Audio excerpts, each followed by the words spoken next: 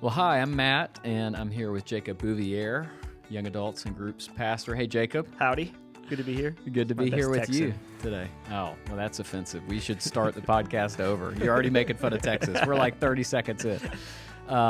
We have been going on trips for a few years to Africa, and if you're a part of Grace Fellowship Church, you probably heard about that. We've shared some about that. But on this podcast, we wanted to give you a little more insight into those trips, into why we're going and what those trips are like and what the future is like. And so I'm excited to unpack this with you. You got to go to Kenya a month and a half ago, 2 months ago. Yeah, September. It's kind of crazy. It feels like it was yesterday and 100 years ago at the same time. That's how I feel about our trip in November. Yeah, jet lag is a strange thing. Yeah, you lose time. Yeah. You never get back. It just disappears into thin air. It is a bizarre phenomenon. Yeah. And you and I got to go to Rwanda 3 years ago, I believe. Maybe it was less than 3. March of 21 would have been our first trip. March of 21. So we went to Rwanda, and then you led a trip to Rwanda after that, and so did I. And then we have both led trips to Kenya. So we're a few trips into this, and we just want to unpack it with you. You know, there's a lot of folks in our church who ask about these trips and why we're going and what we're doing, and so we just want to share about that. And so what B is, we talk about going on these B trips. B stands for Biblical Education by Extension. And what B does is they offer biblical training to pastors and leaders who often do not have access to other biblical training. And the way they do that is very distinctive, and it's very important. So what their goal, B's goal, is to build indigenous B ministries. They want to multiply local leaders and really build self-sustaining ministries where B is not dependent upon. And so they offer a number of courses. There's 3 different levels of training, and to keep moving through the training, you have to multiply and start second-generation groups. And so because of this, when we go over there, it's really more facilitation than preaching.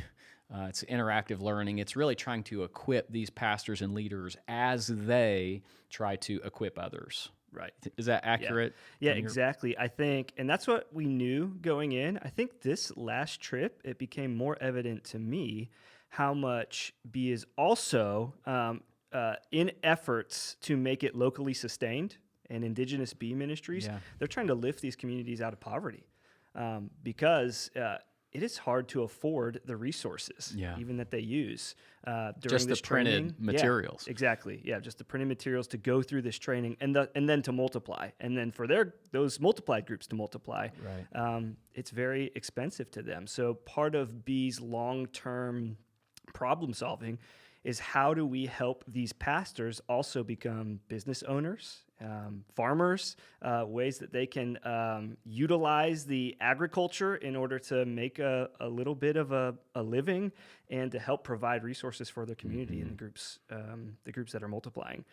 So that's neat. That was something that I wasn't as aware of, but saw it a little more firsthand on this past trip. Yeah, I'm glad you shared that. Yeah, I did too. And for anybody who's wondering, okay, what's our connection to B? Well, Larry Neese, who is a GFCer now, he used to be a pastor, but he's just a common civilian, as he likes to say. He worked with B for many years, and he came to GFC to serve as a pastor while he was still on staff at B. And so for years, some GFCers would accompany him on these trips that he would go to China and other places to do biblical training. And so we knew about B. It was kind of in the ether here. But about 7 years ago, there was a capital campaign called All In. Do you remember this? I remember. And one of the things that we asked for in that campaign was the resources to help B start a pastoral training effort in a new location in Rwanda. And so money was given. Thank you to all of you who helped make that possible. And so we made a generous gift to B, and that was used to start training a new group of pastors in Rwanda. And for any of you who are wondering, okay, what does that money go to? You want to talk about that? What does the money that GFC gave to help pastoral training, what does that specifically go to? Yeah. So as I just mentioned, this is very expensive to the people we're going to visit. And so the GFC resources, the funding, goes toward providing all the means of transportation. It goes to providing the lodging, providing the resources, and the meals for these pastors who, they're nationals, but they're not local. A lot of them have to travel very far to get to the training center that we utilize. And so the generosity of GFC is what makes it possible for these pastors to come. And we were reflecting yesterday, it's probably not a stretch to say that the meals they get during these weeks of training that we do a few times a year are probably the most food they get at any one point during the year. And we'll talk about the food in a few minutes. But something that can seem so common or repetitive to us. I know that was one of my things with the food. It was like, it was good food, but ate the same thing every day. Sure. But to them, this is a meal that they didn't have to make with their own hands, right. And maybe more than they're used to getting. And so GFC's funding and generosity provides the means for all of that to take place, and as well as our facilitators, our pastors, to go over there so it really removes the barriers, right? So that they can come and learn, and it's not money that's paid to the pastors, and it's not even money that's paid to the B staff. It's really just to help facilitate the training. And so we helped do that, and I guess that was 2016. I can't remember exactly. 2020 happened in between all this, so it feels like 1,000 years Whenever ago. All In happened, yeah, so it was we had that, but really before that through Larry. But in 2018, I believe, we hosted a bee training here at GFC, and a number of folks got trained in how to facilitate the bee material because it is a different type of teaching and instruction. And then in 2019, we made the decision to see if we could actually have some skin in the game and send some of our leaders over to Rwanda and actually help facilitate the training. And so this training is normally done by a B staff member who goes to different areas, but on this particular trip, we were given the opportunity to help. And a couple of us, Jacob, myself, Grant Taylor, we went over to Kigali, Rwanda, and we loved it. I mean, it was just an incredible experience. And for me, as a lead pastor here, I just felt like it was so aligned with our mission, our vision, our church values. One of our values is living truth and seeking to align our whole lives with the Bible. Another one of our values is reproducing faith. And it just felt so aligned. I don't know if you can even remember back to our first trip and how you felt being there. Yeah. But for me, it was just so exciting what God was doing, and just felt like such a privilege to be a part of it. Yeah, I remember saying after the first trip, and it's not that working at GFC doesn't give me this feel, but I remember saying, this is like a reminder of all the dreams I had when I was going into ministry, of like what I had hoped ministry would be. It was this cool, just intergenerational, international connection where we are digging deep into the scriptures, and you're seeing people come to life. And I remember one of the students, Marie Amy, telling you how life-changing this content had been, that it had literally freed her from spiritual captivity and bondage. Yeah. So getting to see that firsthand, getting to have these conversations, it kind of just puts gas in the tank. It makes you really excited to keep doing this. Makes all the effort, all the travel well worth it. Yes, absolutely. So coming away from that experience, we said, if you'll have us, we want to send 2 trips a year for the next 2 years to Africa to come alongside what God's doing through B. And we ended up sending really 3 trips that first year because Larry Neese also led a trip. Mm-hmm. And then we said, we can do 3 trips a year. Let's do it. And so at that point, the level 1 training ended with that particular group of students in Rwanda. And B wanted to relocate us to help us facilitate the training for a group in Kenya that was already in level 2. So this was a group that was about 4 years into their training. And our response to that was to say, hey, we just want to be helpful. We believe in the mission, the vision of this. We want to equip pastors where there's the greatest need, because there's more needs than B can meet. And so we said, wherever you want to aim us and appoint us, we would love to go and serve. And so we sent 2 trips to Kenya this past fall. Jacob, you went in September along with Jim McMacken and Jamin Rathbun, and then I went in November with Patrick Mitchell, David Galick, and Grant Taylor. And in the spring, we've got another group going as well. So that's a little bit of the history and the current strategy. We want to come alongside pastors and leaders in Africa and help equip them with biblical training so that they can teach and invest in others. And I think that's the aspect of this that is so exciting to me, that multiplication side. And I think you shared with the congregation, I believe there's 110 right now, second-generation students. When we were there a month ago, there were 17 pastors that we trained, but there's 110 students that they are investing in, who will also invest in other people. That's just incredible to think about. So we wanted to take you guys behind the curtain, as it were, and just share a little bit about these trips.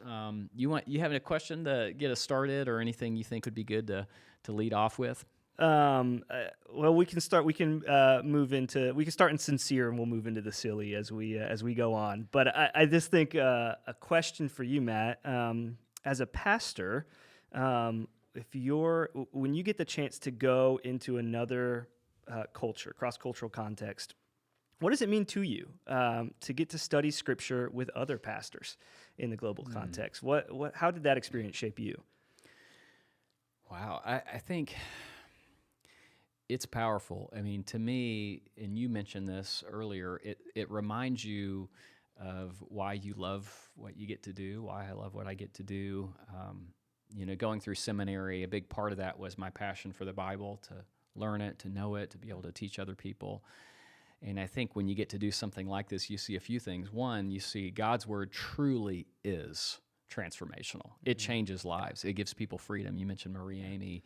But the other aspect of it is God's Word is not confined to one particular culture, time, and place. And obviously we know that. I mean, we're reading a text that's been around for thousands of years, but it's just so powerful how it connects cross-culturally, and how we are talking with pastors in Kenya, Bumala, Kenya, about biblical principles that are so relevant to where they are, so helpful, so insightful, so freeing.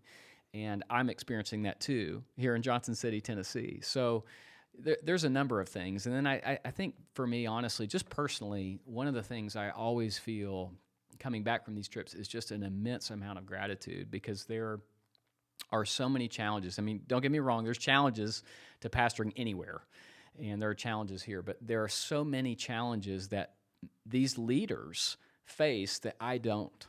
I mean, they have such resource challenges. Almost all of them are bivocational. They're not paid. They have unique challenges with the government. They have different challenges with people being able to get to their gatherings, and on it goes. And I always just feel overwhelmed with gratitude for the blessings God has given us. And I also come away feeling like, you know what, the ministry isn't about the buildings. It's not about the presentation. It's not about having a great sound system or whatever it might be. It's really about the heart of the gospel and the mission of Jesus that we get to be a part of. Yeah, right on. You mentioned a little bit just about the culture and what it's like for them. Talk a little. I want to hear a little bit about your experience, and I'll share a little of mine as well. What did you just notice about the people there? Our commute, if you can even call it that. We walked across the street in maybe one block. It was like a 5-minute walk. But even just in your limited experience with the people of Kenya, what did you notice? Yeah. Well, the culture, I noticed people are incredibly gracious. Yeah. It is unbelievable how bad my Swahili is. I mean, I'm sure yours Jambo. too. That's about all I know. And you try to say a few words, but you just know that gosh, I'm probably pronouncing this horribly. And they never laugh at you, and they just are so gracious and kind, hospitable. One of the things I notice is how affectionate people are in Africa, Rwanda and Kenya also. They just give you hugs, and so expressive, and you see that in everything from when you meet them to the way that they worship. They're just much more expressive. Sometimes it feels like in the States that, on a Sunday morning, people are kind of in the freezer. They're just kind of standing there. No offense to anybody, because when I'm just standing and worshiping, a lot of times I'm just kind of motionless, and I'll just kind of quietly sing. They are not quietly singing. I mean, they are so expressive. One of the things I notice is they're more formal. The culture generally, there's a lot of these pastors, you make you feel bad because they're wearing a suit and tie showing up to this training. And it's hot, and they're still coming. So those are a few things that come to mind. What about you when you think about the culture? Yeah, I think right with you, the worship stands out, and they didn't need anything. I mean, at this site in Kenya, it was probably the oldest person in the group. She was a woman. I don't know. What do you think? Roughly in her 80s, probably 70s, but you're right. You're right, Teresia. And she would just start a song just by herself, and then little by little, everybody would join in, and before you know it, the whole class is singing and moving and clapping and dancing, and there's just something beautiful to the purity and simplicity of that. I think the simplicity was another thing I noticed. I remember standing. Our site was at a hotel, and you have to kind of step out of your American context for what you think hotels are, because it was essentially a 2-story building with, I don't know how many rooms you think it had, 12 or 15 rooms Yeah, total, maybe. with a twin bed in each and not much more. And but on the second level of this hotel, that's where we held our training. And so I remember it can get there's no air conditioning anywhere, so it gets a little stuffy. So you have to open the windows. And I remember I was moving around the room, opening the windows in the afternoon one day, and I just paused and looked out the window, just kind of watched the people below. And I just noticed some of the men and women there. They were kind of defeathering a chicken and boiling something, and someone else was kind of doing some kind of my mind wants to say craft, but it was probably some kind of a way they were making money, some trade they were doing. And I remember looking there, and I remember kind of doing my thing, coming back, and an hour and a half later looking out again, and they're still in the same spots. Yeah. It was kind of this, like, they were just meeting what needs they had for the day. And there was actually, I looked down, and this is obviously outside looking in, but there was just a simplicity to it that I was a little envious of. Sure. It's like, it just seemed so simple. Yeah. And there's so much I don't know there, so I don't want to romanticize what's going on. But I just remember that they didn't need much. That it was just a contentedness and a simplicity to what these Kenyans valued, and relationship and time together was one of that. So Kenya was colonized by Britain, right? And so tea time is a huge value of the Kenyans. And in fact, our first day, this took me by total surprise. One of the students in the back was holding up time cards for us. Actually, it was my first day facilitating. He was holding up time cards to me. And I thought that was odd, because they're the students and we're the facilitators. Usually that's what we do to them. And I thought he was kind of judging the length of my teaching. It turns out he was counting down the time till tea. He wanted to see. Yeah, he was worried that you were going to go long. He was worried that I was going to go over tea. Isn't that funny? Yeah, that's great. So it was kind of this 15-minute mental break to do it at about 10:30 and roughly 4:30 in the day. Twice a day. I got jealous. Once we started doing tea, I'm like, I'm bringing this back to America. Yeah, no doubt. Yeah, well, let me know how that goes. Well, I haven't done it much. So. But you're right. That rhythm, initially it's kind of abrupt to stop your teaching in the middle and say, all right, everybody break for tea, and then come back. But there's something about it that's really restful. Yeah. So before we talk more about the day, I thought it'd be helpful for people to hear how we got there. So let's talk a little bit about the travel. You and I both, our teams, we left out of Charlotte. We flew to JFK in New York. To Nairobi, long layover in Nairobi, which is the capital of Kenya, flew to Kisumu, which is another city in Kenya, and then we drove from Kisumu to Bumala, about a 2.5-hour drive. Yep. So it was a little brutal. Yeah. I mean, when you get there, you're kind of whipped. Now, thankfully, we had a little bit of recovery time once we got there. Yeah. Roughly 32 hours of travel, like actually in transit, but probably 48 hours from our door to our site in Kenya. Yeah. So a long time. That's a long time just to lose. Yeah. It just kind of vanishes into thin air. Yeah. And this felt different than Rwanda, where we were in a capital, big city, Kigali. When we flew into Kisumu, got our driver, and we drove, 2.5 hours out into the countryside in Kenya. Yep. And the place where we arrived, Bumala, you mentioned it's small. I mean, I guess you call it a town, maybe a village. Like a street. Felt like a street with some buildings on the side. Yeah, I wonder what the population was there. But really, really small. Hardly anybody would have their own transportation. You see some cars going by. A lot of people on bikes or just walking. But it's all very concentrated. And I don't know about you. I don't think I saw another white face the whole time we were there. Nope. And so this experience was really, really cool in that it felt much more authentic, like we were really in Africa, less of a tourist site. And so it really felt like we were getting to see more of what life in Kenya is actually like. I did wonder as I was crossing the street, walking to the site, that every day there were little kids who would shout at us, Mzungu, which in Swahili means white man. Actually, it's literally translated aimless wanderer. I thought that was Aimless hilarious. wanderer, Yeah, yeah. Dylan, our site leader over there, translated that for us. Aimless wanderer. I thought that was funny. But I wondered, am I the first? Are we the first white people that some of these No doubt. kids have ever seen? I bet you're And right. they were in amazement. I mean, they were in awe. And so, yeah, we felt like celebrities a little bit walking across the street.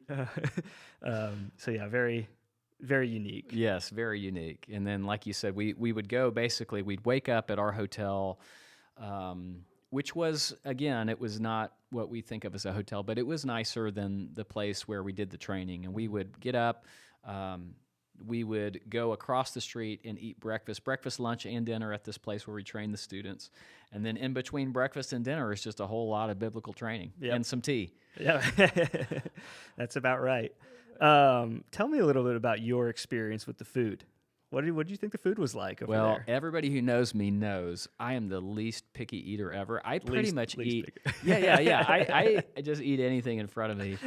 No, you're laughing because you have traveled with me internationally, and it's funny. I'll be sitting at a table and I will pray, Lord. The people more spiritual than me are probably like, God, I pray you'd help these people grow spiritually.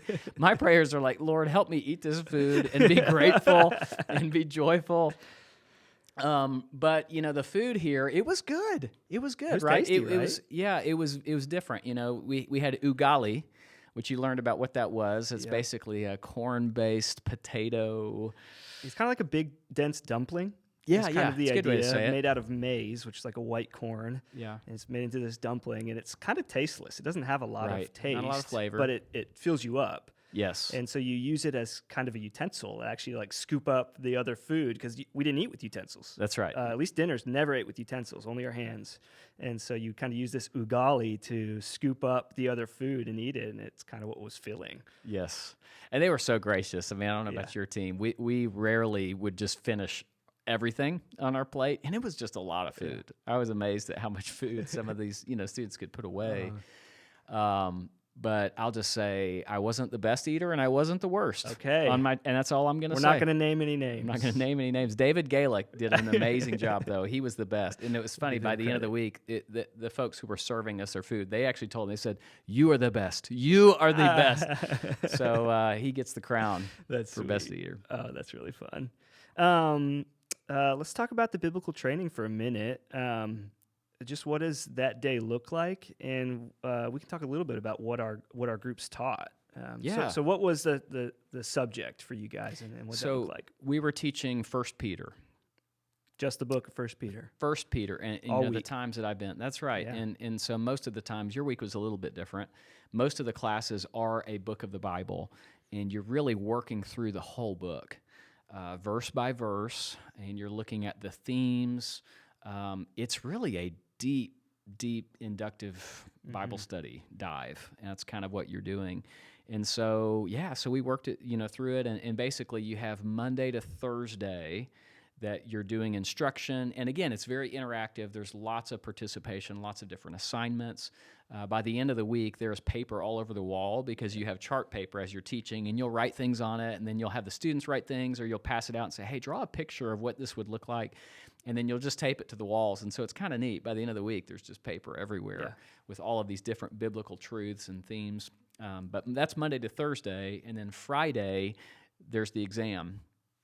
And there's other things that are happening, and as they're going, you're asking the students how they're doing with their second generation groups, and you're answering questions they have. But really, the goal is to teach them and help them get the content of that class, of that course, in a way that they can teach and facilitate to others. And it's highly interactive.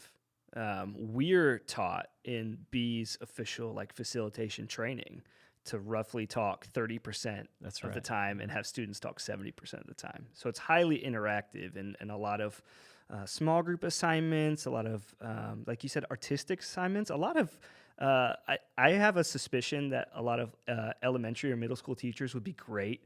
I'm even thinking of some of our teachers in Grace Kids would be great at this, because it's a lot of just how can you exercise creativity to make something memorable for these students so that they can make it memorable for their students. And again, we're teaching to teach as much as we're teaching the content that we're teaching. Yes, absolutely. So what was your course? We did a survey of the New Testament, and they had already done the Gospels and Acts.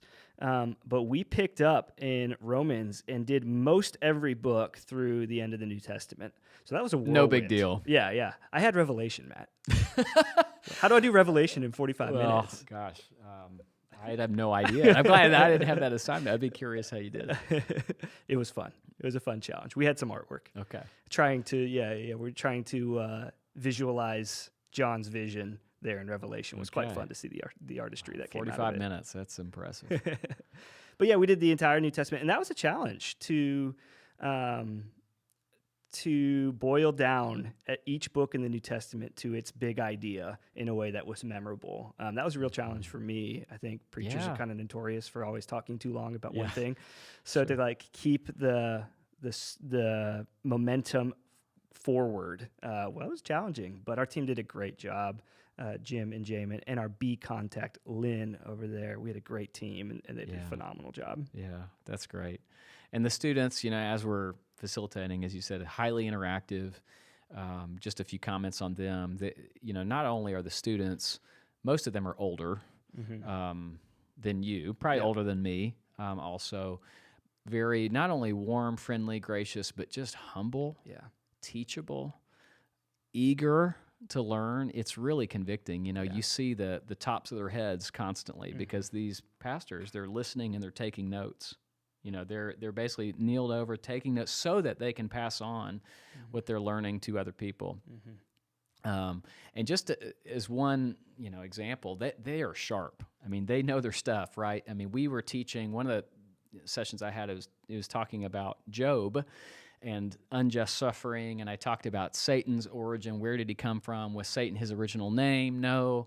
Isaiah 14, the prophet refers to him as the shining one, the son of the dawn. And so one of the students raises his hand, and again, this is Isaiah 14:12. I don't know how many of you listening, you know this verse. It's about Lucifer being referred to as the shining one. Student raises his hand and says, well, how does that make sense with the fact that Jesus in Revelation is referred to as the shining star? He just knew. Knew that reference. He just knew. Wow. And it's just an example. These students know their Bible. Yeah. And so that's part of the humbling aspect for us is that they love and they treasure God's Word and they know God's Word. They're very bright, very smart. And so you're talking about some high-level theology. They are asking good questions. They're asking questions at times that we have to go back and even look over and study to be able to answer the next day. So it's really, again, it's just a privilege to study and learn with them. Yeah, we have a whole chart on the wall that's kind of a facilitator get out of trouble free card. That's like, we're going to put we call it the parking lot. And that gives us time to study up on it and come back to it at the end of the week.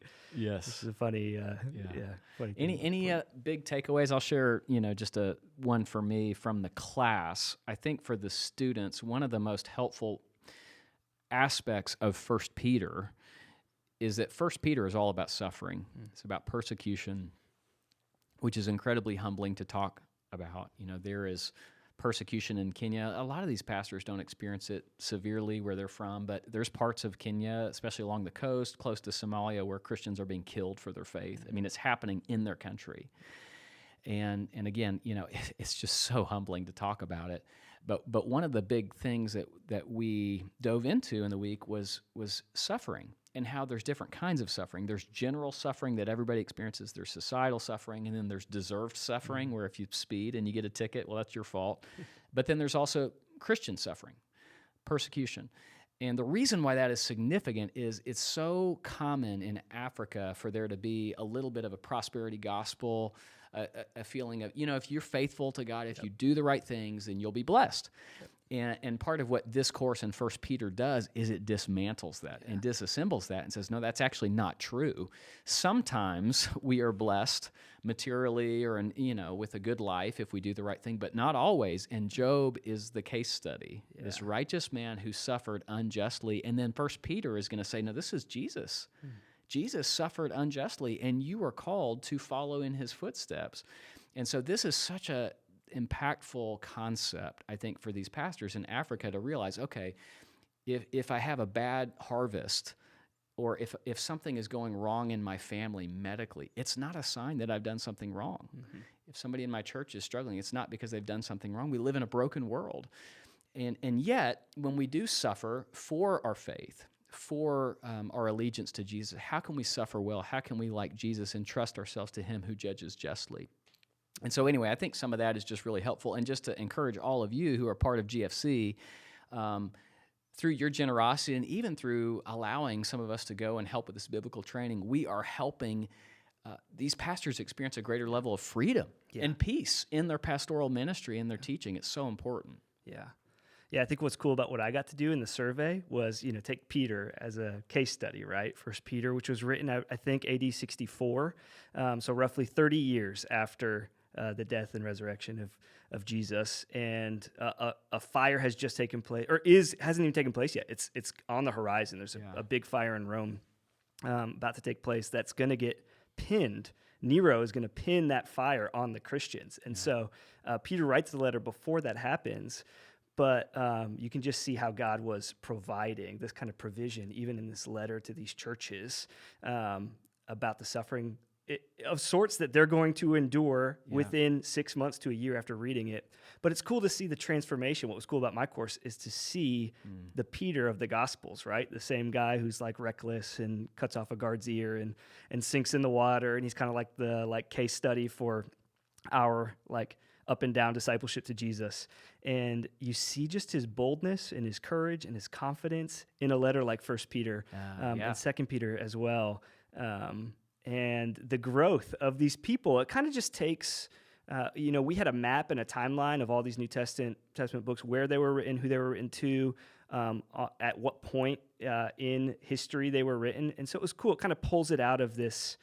We can have a kind of fairy tale approach to the Bible sometimes, but it roots it in history, it roots it in geography. We can see the Word of God at work in real life, which is what I found so exciting about our course. Oh, love it. That's so great. Well, anything else, any other closing thoughts on the trip, and just anything you'd want to communicate to anybody who's, again, a part of this church and who's heard a little bit about these trips? Yeah, I'm just incredibly grateful. I feel privileged and honored to get to be able to go on this trip. I think we've now had, as of our next trip in March, we'll have 12 total people who can go. So it's not a large portion of our church that's able to go. But to feel the backing and the support of our church, the generosity of our church that is sending us, man, that is, there's no words to express how grateful I am, how grateful B is. They've communicated to us this partnership with Grace is a dream for them. And to think of the generational difference that could be possible through these resources. And, part of it is we're in it for the long-term view. And I think a lot of God's best work he does slowly. And we're trusting that these little seeds that we can send teams over a week at a time, a few times a year, will produce wonderful things in the years to come and decades to come. And, our prayer, and this is what I pray as we go, I pray that through these students, Kenya would be changed and Africa would be changed, and that the gospel would go to the ends of the earth through what humble little offering we can give.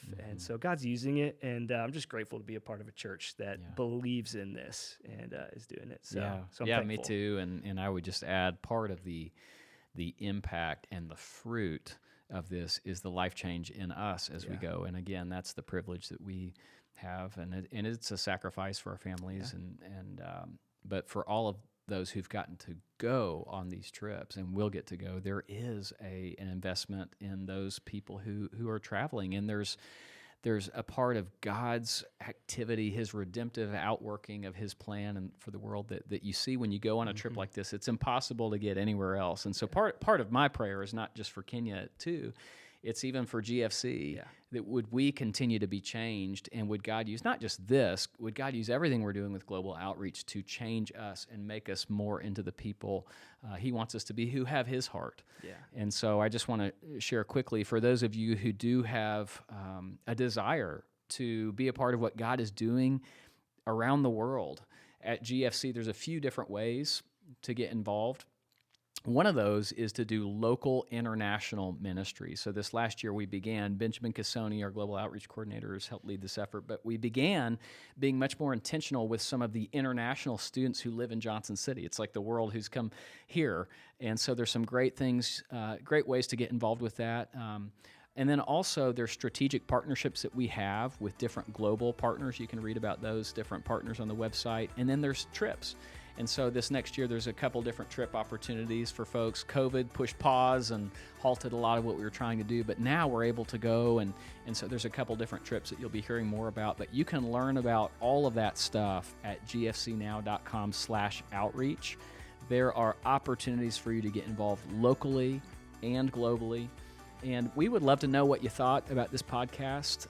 Again, the goal of this was just to tell you a little bit about our experience and what these trips are like, and just to express our gratitude to you. But if you have comments, questions about any other future episodes, please send those to podcast@gfcnow.com. And if you would take 30 seconds to subscribe and leave us a 5-star review, that is going to help people find the podcast easier and hear the content. Hope you have a great week.